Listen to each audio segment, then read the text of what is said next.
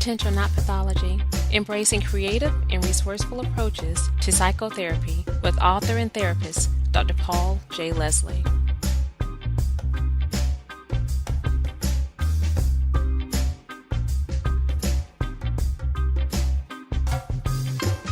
Welcome to Potential Not Pathology, where we offer information and inspiration for mental health therapists who are interested in learning and applying unique therapeutic techniques and concepts into their work. With a focus on the potential each client brings to his or her therapy session, this program examines ideas and tools which can assist your clients on their journey toward healing. In this episode, we get to talk with Rick Miller. Rick is a psychotherapist and clinical social worker in private practice in Boston, Massachusetts.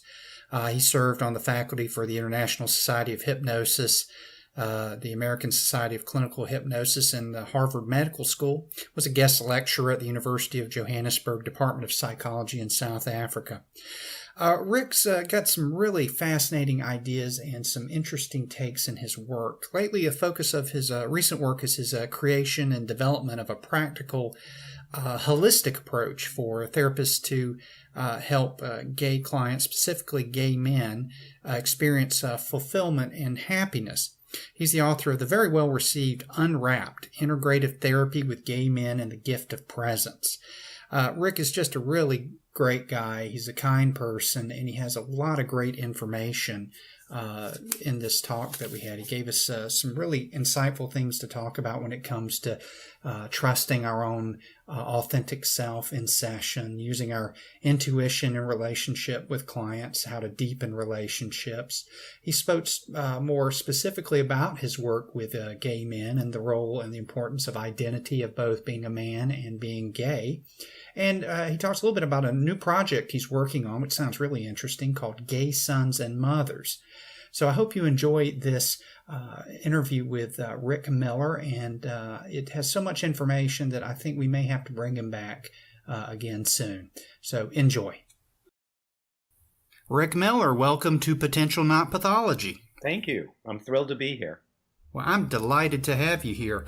I would like for you, if you don't mind, to start and take your time and tell us what brought Rick Miller on this path to becoming a psychotherapist. Well, that's a great question, and it's a story that I love to share, which is that I grew up in a family that owned women's clothing stores, so it was far from being a psychotherapist. But my family worked together, and I always feared that I would join them in their business, but I didn't want to because it wasn't the life that I envisioned for myself. But watching my parents work together, run the business together, run the home together, kept me watching constantly how they operated and how life worked. And I was always a people person. So I would intervene when my parents would argue. I would run in the room if I heard something going on because I wanted to know what was happening. And as I grew up and grew older, my biggest successes were in my ability to form relationships with people. So when I was in college and I was coming out as a gay man, I saw a therapist to discuss it. And in my first session, I realized this is the career that's for me. And so I went into it. I got my master's in social work right after college, and I've been a psychotherapist for over 35 years, and I love it. That's great. So you had this epiphany while you were in session about kind of your goal. That's interesting. This is me. What is it about? What did I need? Sorry. Yeah, did it feel like using your clothing background story? Does it feel like the jacket just instantly fit? That's a great metaphor. The jacket fit perfectly. It was like it was sewn and made just for me. Uh-huh. Uh-huh. Well, as you kind of went through your education and then your formative years, what are some things that along the way that have kind of helped you, that you've learned and helped you grow to the therapist that you are today? Well, one of the things that has been most important to me is trusting being my own person. And I think that in our field, especially in the Northeast where I'm from in Boston, frequently as therapists, we're taught to diminish our true selves and be somewhat professional, or I would say somewhat bland in the treatment room. And because my success in life has always been being outgoing, being relational, and using humor, I used to do these things with the door shut and never tell my supervisors that I was doing it because it was naughty or considered poor boundaries. So I think the psychotherapy field is changing a lot these days, which is thrilling. But that's one of the biggest lessons I've learned. Be myself and show my enthusiasm to the people that work with me and serve as a role model in that way. Yeah. So the authenticity that you bring, the research is showing more and more with the outcomes that is really still that relationship between the client and the therapist is the biggest indicator that the positive change can happen. Why do you think that some people are very apprehensive of being authentic and just being human, the human at least that they are, Yeah. in a session? Well, again, judging from where I live in the Northeast, I think that we have a certain code of ethics or a certain norm about how we're supposed to be. And I also, which in my mind sometimes is a little bit too bland, but I also think that we are hiding as psychotherapists and feel threatened when we expose the truth of who we really are. And I think that's something that isn't discussed a lot in our field. And I have two practice locations, and one of them is in a small community, and I've had no choice but to be myself because I see my clients whenever I leave the house. And so it's taught me to be more comfortable with my own sense of self, whereas my colleagues who practice in larger cities can't fathom how I do it. So again, I frequently think about how we as a profession of psychotherapy hide behind a veil of safety without questioning, is it necessary or is it good for our clients? And certainly I'm a big believer in boundaries, but I think that having personality and a bit of self-disclosure can be very, very useful in psychotherapy. Mm-hmm.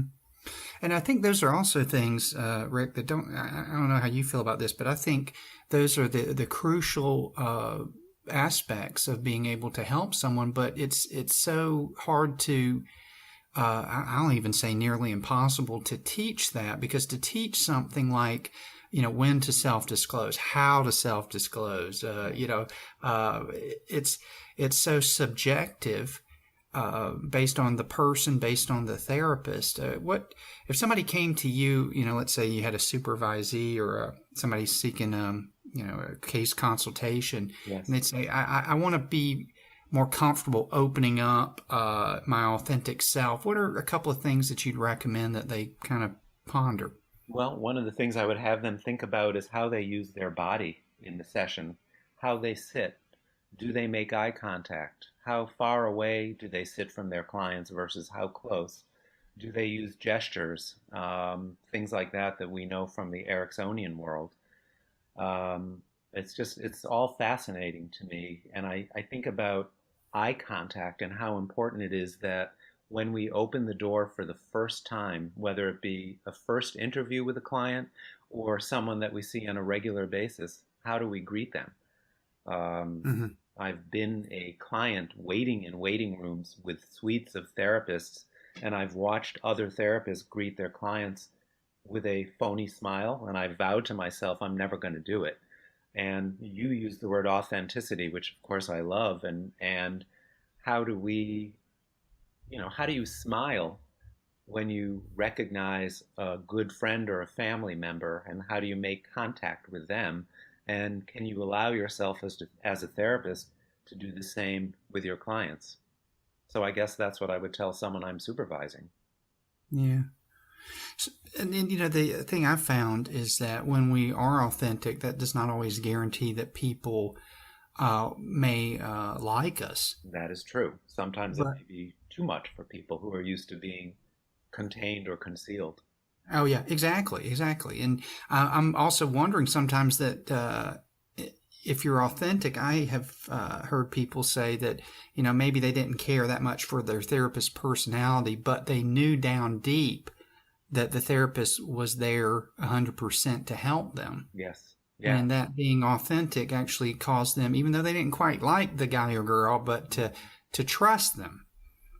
And they could work. How relationships form over time, and how we as therapists need to use our intuition to deliver something that feels right to our clients. And if we give too much of something, it may be threatening. And if we don't give enough of something, it may not be enough. And so I like to observe myself as I work with new people and watch the deepening of a relationship that takes place over the course of a few sessions or even many sessions.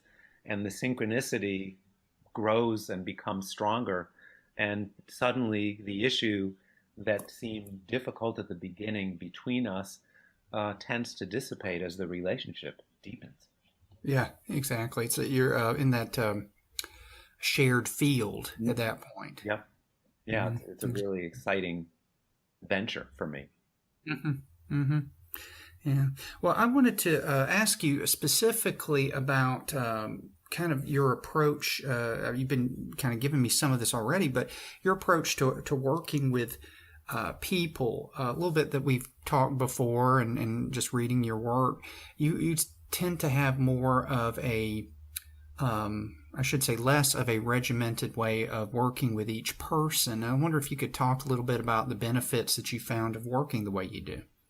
Again, I kind of stumbled upon it with my door closed in my own self-conscious way about being myself. And prior to being a therapist, I actually did work in retail in many different jobs when I was in high school and college, and did incredibly well. And the reason why I did was because I was forming connections, comfortable connections with people.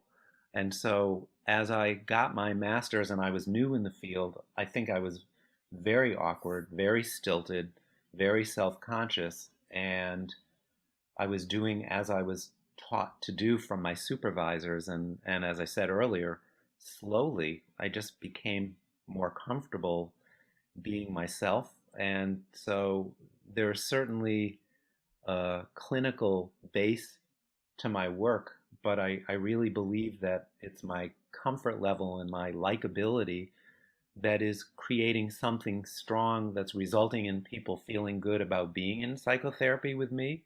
And that's when I'm seeing some of the greatest changes. And sometimes when I have a day full of people, I'm struck by how connected I feel to many of them, or several of them, or all of them, depending on the day, and how enlightening and fun it actually can be for me. And sometimes I don't even feel like I'm working. Sometimes I feel guilty that I'm taking money from my clients because it's a process that's so enjoyable for me as well. And over the years, I've taken bits and pieces from various disciplines and modalities and apply them to my work. And I also believe that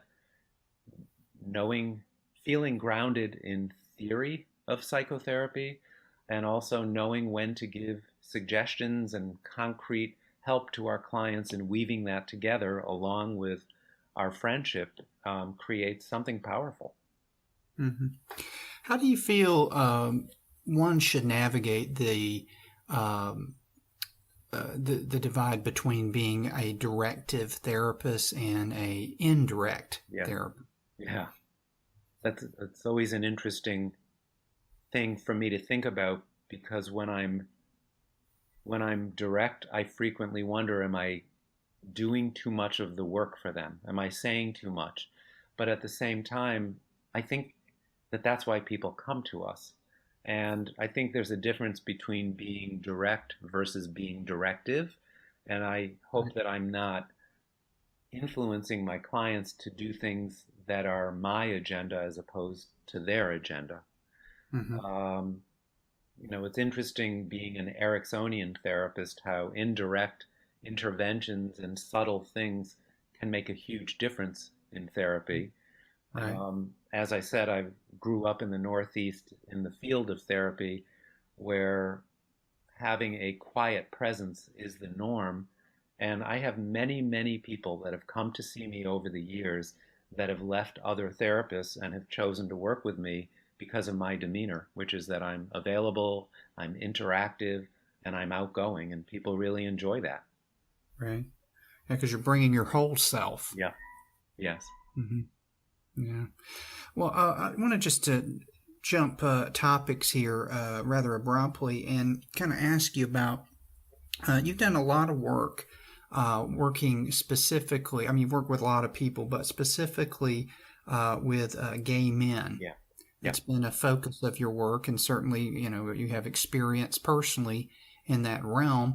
I wonder if you could, maybe for therapists who might not have as much experience working with this population, or maybe who are presently working with the population and could maybe like to understand some things they need to focus on better. Yeah. I'd like to just turn it over to you to kind of talk about how you came to that and your perspective on working with Sure. gay men specifically. I could go on for hours and hours and hours. So Okay. I'll start with my journey, as I said earlier, which is that I went to therapy as I was coming out and found it to be so powerful, so affirmative, and my therapist was completely supportive around my coming out and was also aware of the struggles and some of the dangers that I might encounter. And this was in 1983. No, I'm sorry, probably 1981, 1982. So the world was a very, very different place. And what I appreciated back then, and it still happens now, is that regardless of where we are in a society about accepting gay men, it's still an internal struggle for people. And so the significance of being supportive to our clients and true, really supportive is where the success of therapy lies. So over the years, I started working with gay men. It was one of my specialties. And in Boston, I was known as an out gay male therapist. I never hid who I was. And so about 50% of my practice has been working with gay men over the years. And I've just become well known in those circles. And for many gay men in therapy, working with another gay man is very easy because there may not need to be explanations about the sub-community or the struggle with families, or it might be more comfortable talking about sexuality with another gay male therapist. So that's Mm-hmm. the pro side. But on a more important level, working with a non-gay therapist who is supportive and accepting offers so much healing to a gay man.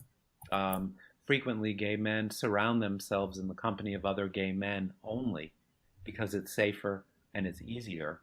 And so as I consult with heterosexual therapists or females that work with gay men, I frequently talk about the importance of their bond and their acceptance, and that even though it may not be highlighted in the treatment, their accepting their client and their warmth is frequently compensating for other relationships where that didn't exist at all. So that's part of the success of doing therapy with gay men. You could have gone on for hours. Yes, I could still keep going if you'd like me to. Any specific questions, or I can just keep rattling away? Well, probably I want you to rattle, but one thing kind of popped in my mind. What do you feel for some people there? How do I phrase this? What do you think some of the common fears for therapists of working with this population might be, and what do you find is the best way to kind of get over the fear, or to have an understanding that will help to dissipate the fear? Great question. So the most common fears are, will he trust that I accept him? Another common fear for therapists is, how will I talk about sexuality with my gay clients if I'm not gay, or if I'm not comfortable with the notion of gay sex? Other common fears are, what are the norms in the gay male subculture, and am I missing them? And is it okay to ask my client to educate me on them? And the best ways to get over these kinds of fears or questions is to get education, basically. So you and I met at a conference, and I do a lot of teaching in the conference circuit about working with gay men, and it's specific for therapists. My first book is called Unwrapped, Integrative Therapy with Gay Men, The Gift of Presence. Certainly a wonderful resource. I've also written a book on gay male mindfulness for therapists. It gives a lot of information in mindfulness scripts. I frequently suggest that clinicians meet other gay men as colleagues and friends and keep dialogues open about questions that they have. I also consult with therapists for supervision as needed. So basically, just get information as much as you can. I think the opposite of fear is perhaps arrogance. And I've spoken to many therapists who believe they know all that they need to know about working with gay men and don't necessarily question whether their tone or whether what they know is accurate or whether it's helpful. And as I said, I see many people in therapy who've worked with other therapists that they haven't felt understood by their therapist, and their therapist may not even realize that. Do you think arrogance in particular, I mean, that I'm as you're saying that, I totally agree with that. But I'm also thinking, too, that that's a common, one of our deadly sins in the field, I think, with any population. Absolutely, yes. And obviously, we're human beings who are working with clients, and there's no way we're going to know about everyone and everything and every group and subgroup. So even when I use the word arrogant, it sounds a little funny because sometimes it's not arrogance, sometimes it's simply not knowing because we haven't been exposed to a particular population. And the way that we get exposure is by working with our clients. Frequently, they teach us. And sometimes the best way we can get educated is to be upfront with our clients. Your population or whatever you're coming in with is something that I don't have a lot of experience with. Are you comfortable with that? And are you okay if I ask you questions and that you fill me in along the way? And I've had incredible treatment relationships when I've been upfront with that. And frankly, I'd rather be vulnerable and upfront about what I don't know than be pretending to know something. There's a lot of pretending that goes on, isn't there? I think so. Well, that's I think that goes back to, I'm tying this together with authenticity, is that just saying to whoever, whether it's a gay man, whoever is our client, if there's something that we don't know. I mean, sometimes I believe in a fake it till you make it, but if you really feel I'm not in a good just saying, hey, you know what, this is the first time, or this is something I struggle with your client. Yeah. I would think that might even be beneficial for the therapy because that authenticity comes in. I want to learn from you, gay male client, and I think that's where we both would grow. Well, I just had a flash that you, as a psychotherapist working with a gay man, would be welcoming in who you are, in your humor, in your warmth, in your desire to get to know people. And that is the most comforting aspect of being in therapy. And if I were to see you for therapy myself, I would rather have you rather than a person who knows more about gay men. I'm not implying that you don't know about gay men, but I'd rather work with you than with someone who knows or is an expert based on your personality. Mm-hmm. Yeah, that again, that connection, that field, can the field be developed? Do you find in general, just slightly deviating from a specific population, that if every person that comes in, we seek as in, okay, you're my teacher, I want to learn, as well as assist, that automatically helps in your session. I think so. And as I was saying a few moments ago about knowing when to intervene and how active to be, there is a certain synchronicity that takes place. And the more experience we have, the easier it is to know that our clients want us to give educational material, or maybe our clients want us to sit quietly and absorb the impact of their story and be with them on an emotional level. But I see our success stemming from the role of authority figure, the role of educator, the role of parent, all woven into one. And somehow we kind of figure out who our clients need us to be, tailor make our interventions accordingly. Right. Well, that's it's so interesting when I look at our field, and we're, as you mentioned, we're in such a growth process. I think we're trying to, in some aspects, we're trying to untie ourselves from the chains of this desire to be a medical model. Yeah. And there's other parts that we want to unchain and then go, and we're healers, and then those who kind of want to try to hang between the two dichotomies. But I think anytime that we take a position of where we're going to, as you said, kind of the parent, the teacher, and sometimes we may have to do that, but just in how we approach people with the I know best attitude. And this may be just in general with humans outside the therapy room too. Right. Do you feel like that's kind of sets us up for a lack of connection? No, I think it enhances the connection. We can be authoritative or parental, but we can do it softly, gently, and comfortably. I think that if we struggle with our authority and we don't use enough of it, then we're falling short of what we can be delivering to our clients. Right. And so it's kind of what I'm hearing you say from my perspective, and correct me if I'm wrong. It's kind of, as opposed to this or that, it's where you fit in the spectrum. Oops, you just with that specific person. Yes. Yep. It just broke up for a moment, but I think I got what you said. And tailoring what we bring to that specific person as well. Right. Right.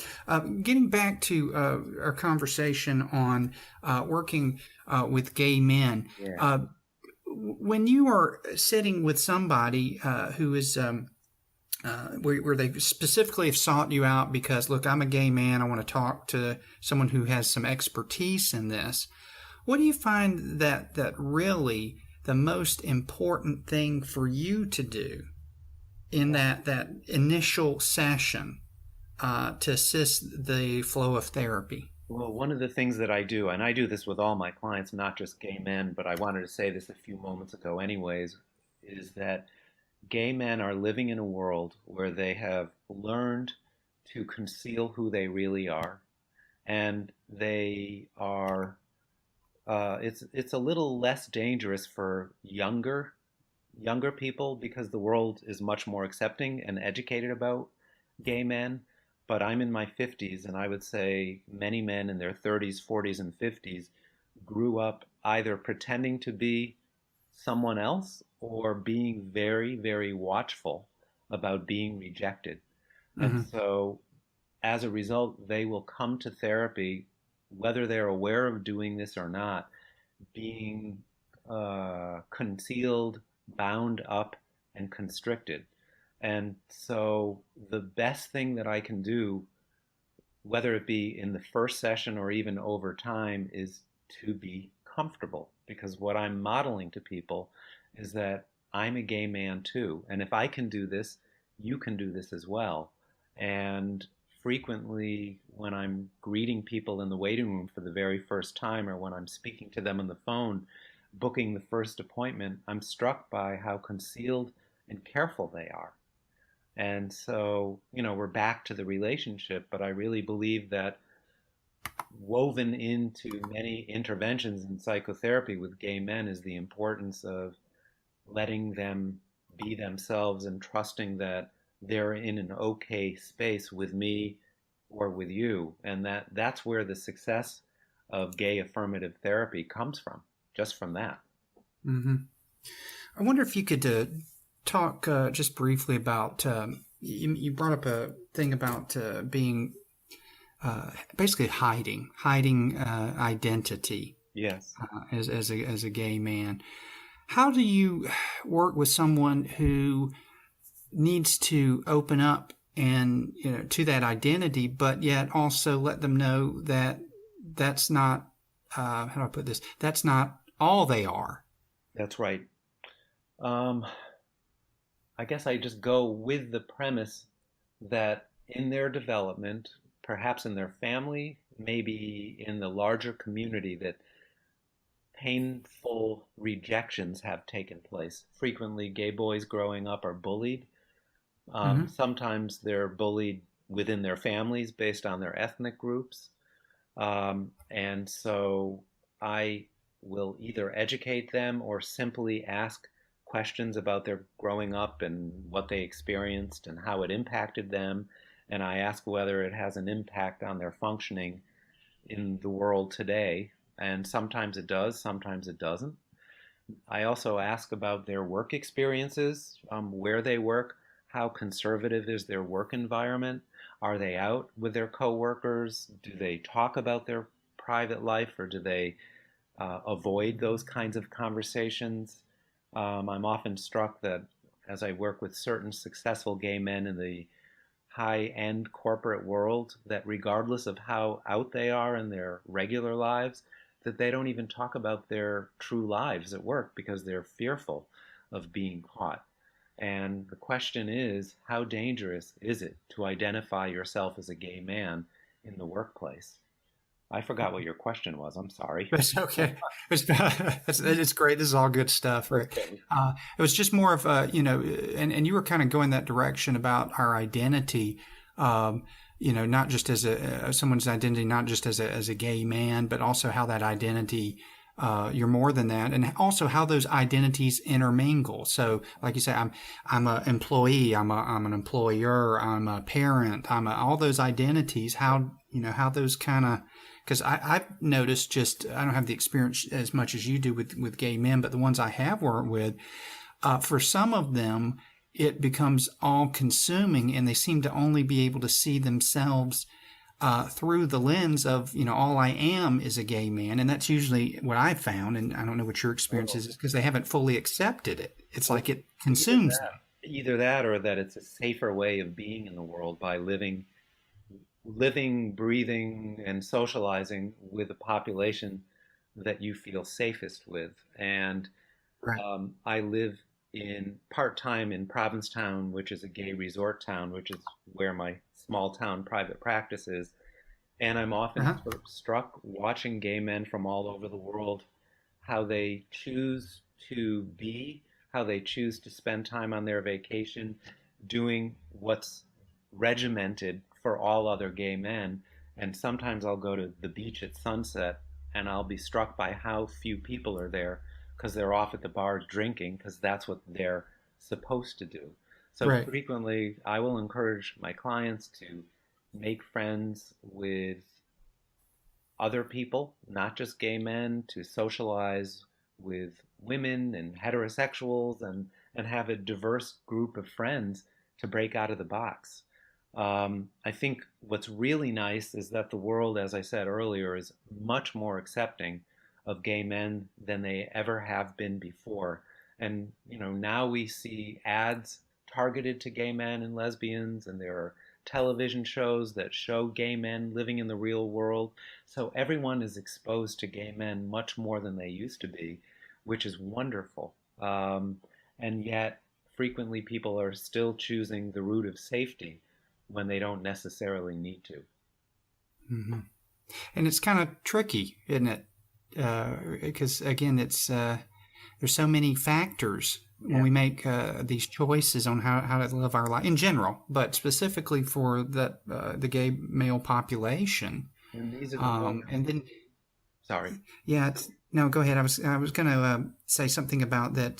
Just we could talk about the gay population, but specifically the male, because then we have these expectations that we all share as men, Yes. that we're supposed to do, and then it becomes a bit of a mess, doesn't it, when you're trying to unravel all these things? Well, you're raising a great point, and I had a revelation like 3 months ago that, I mean, this sounds kind of odd and naive that I had this revelation, but it's like gay men are men.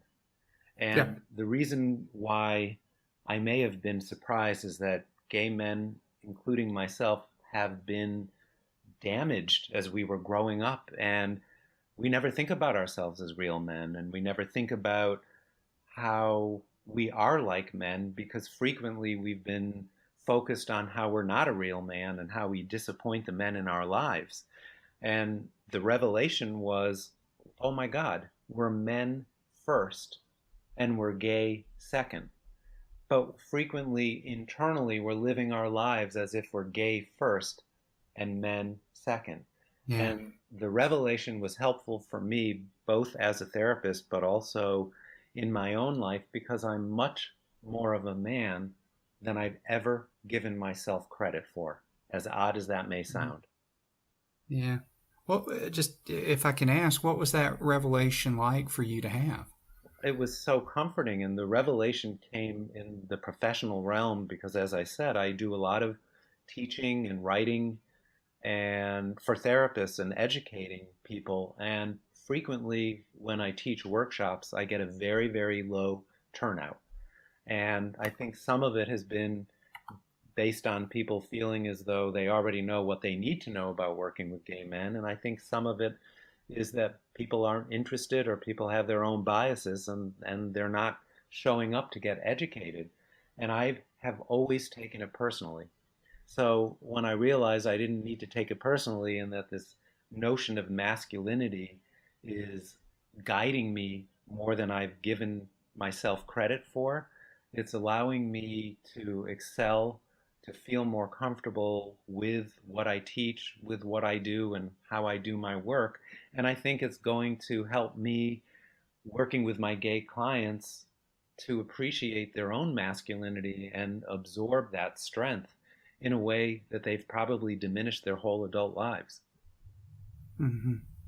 Well, I wanted to move on just briefly, yet still kind of tie into the topic. I know you're working on this new project that I'd love to hear more about, and I'm sure everyone listening would. Can you talk a little bit about gay sons and mothers? Yes, it's a totally fun topic for me. So how it began is having a really close relationship with my mother as I was growing up and identifying with her more than with my father, though I had a really good relationship with him too. My mother was the go-to person. She was my pal. She was the one that I identified with. And looking back, what happened most is that she let me be myself. She always encouraged me to do the things that I enjoyed, even if they weren't stereotypically male things. So there's a running joke in my family, which I'm 55 and my oldest brother is 60, so we're not young. And the joke is, Mommy likes me best, and me being the gay son. We still joke about it. And a couple years ago on Facebook, on Mother's Day, I noticed that all these gay men were posting glamorous photos of their mothers, and it captured an idealism about the relationship that I could identify with, but was also intriguing to me. Then the other thing that's been happening is that frequently I'll do family sessions for whatever reason, and I've had many of my gay clients come in with their mothers, and it's been mind-blowing to see how much they look alike, to see how much they think alike, how much they act alike. And about a year ago, I decided to do something with it, and I started an Instagram page called Gay Sons and Mothers, and I'm having people submit photos of they and their mothers with a sentence or two about the sentiment in the relationship. And now I have a website up, and I'm interviewing people, filming people about the significance of their relationship. And what I'm finding, of course, is that not everyone has that close bond. And for gay men that have been traumatized from their mothers, it's a double whammy because frequently the community, the gay male community, expects that we're supposed to have perfect relationships. So when there's a traumatic relationship, it feels even more disappointing. I'm also looking at families that have more than one gay son, how that's handled within the family. And I'm also interviewing people who have lost their mothers, both at young ages, but also at old ages, and how life is different when their mother dies. So the mother bond is obviously something significant that takes place, gay or straight. But what I'm finding, as my own experience has shown, is that frequently mothers, from being good mothers, have accepted their gay children without even realizing that they're doing it, simply by being a good mother, and that has allowed the gay child to be healthy as a gay adult. And this story, I'm being told time and time and time again, and it's so motivating and so exciting. How do you think this project will be received in communities outside of the gay community? Well, what I'm finding so far is that the concept of mother is so fascinating Yeah. that a lot of mothers who don't have gay kids are very, very curious, and they're following me on Instagram and fascinated about what would they be like if they were a mother to a gay child. And interestingly enough, as many of us know in our field, the psychiatric field used to say that it was over enmeshment with mothers that would cause their child to be gay, which of course is not true. And now what we're finding is that it's the mother's love and attention that's allowing the gay child to be healthy. So what I'm hoping for is that this topic has the right amount of fun, the right amount of sexiness to it, and the right amount of psychological savviness in the project to appeal to a lot of people. Right now, the main people interested are gay men and mothers of all types. And hopefully I'll reach out further to other populations too, including fathers. Yeah, I'd be interested in that too, based on our, about 20 minutes ago, our conversation briefly about gay men and being a man first, Yes. and the interaction with fathers. To me, that sounds like a good two-volume, Yeah. volume one Um, mom, volume two dad. well, it's interesting that there's more information out there about Volume 2 Dad and very little information about Volume 1 Mom, which is part of the reason why I'm pursuing it. Um, a couple things. One is fathers who are supportive to their gay kids are giving their kids the biggest gift in the world. Yeah, And frequently, fathers freak out when their kids are gay, because they're not the son that they want them to be, and they don't know how to deal with it. And sometimes this is entirely unconscious, yeah. and that children know that they're disappointing their fathers and back away from them as a result. And that's often when the mother will jump in. But again, as society changes, younger fathers are far more accepting of their gay children, and it is amazing to watch these men with their kids being accepting and giving them something so profound. So I think over time, we're going to see gay boys being a different kind of man than they were a generation earlier. Yeah. We live in interesting times, don't we? Yeah, we do. It's exciting. Yeah. Well, as we come to the close of our time together, and I swear we could probably do another 3 hours. Yes. Just so much to talk about. We'll have to have you back and talk a little more. Yeah. Yeah. Could you let people know kind of the best way to find out about you, not only about your books, your trainings, and even your own private practice? Yeah, thank you. So the best way would be to find my website. And well, my name is Rick Miller, and I'm a social worker. And my website is rickmiller.biz, all one word, and rickmiller.b as in boy, I, and z as in zebra, rickmiller.biz. So my unfortunate name in life is that my name is so common that I couldn't get rickmiller.com because the domain name was already taken. So that's how rickmiller.biz came to be. And on my website, my practice is mentioned, my books are mentioned, my Gay Sons and Mothers project is mentioned, my Psychology Today blog is there. So it's all there, and I would love anyone listening to this to follow me. Oh, that's great. Well, I really appreciate you taking the time, because I know you're very busy, to talk with me, and I just personally look forward for us sitting down over dinner sometime in the near future again. Absolutely, and we will continue to laugh for sure. Absolutely. Thank you, my friend. Thank you so much. Take care.